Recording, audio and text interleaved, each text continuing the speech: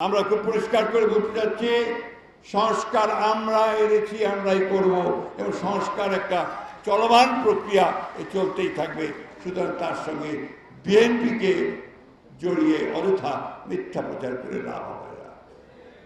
আরেকটা কথা পরিষ্কার বলতে চাই, এই 26শে ফেব্রুয়ারিতে আমাদের নেতা তারেক রহমান এবং প্রধান উপদেষ্টা ইউনূসের সঙ্গে যে আলোচনা করার পরে নির্বাচনের যে সময় নির্ধারিত হয়েছে, সেই সময় নির্বাচন হবে, অন্যথা নির্বাচন হবে না।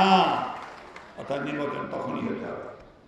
1, 2, আমলাতন্ত্রকে কোনো একটি নির্দিষ্ট দলের পকেটে নেওয়ার চেষ্টা করা হচ্ছে, এটাকে আমরা কোনো মতেই বরদাস্ত করব না। সম্পূর্ণ নিরপেক্ষ আমলাতন্ত্র থাকতে হবে, সরকার থাকতে হবে নির্বাচনের সময়। নির্বাচন কমিশনকে সম্পূর্ণভাবে নিরপেক্ষ থাকতে হবে, অর্থাৎ কোনো দলের কোনো প্রসারের কাছে যেন কেউ মাথা নত না করে। বিশেষ করে বর্তমান যে সরকার, সেই সরকারকে আবারও বলতে চাই, একদম নিরপেক্ষতার ভূমিকা পালন করবেন, অন্যথায় আমরা সেটা মেনে নেব না।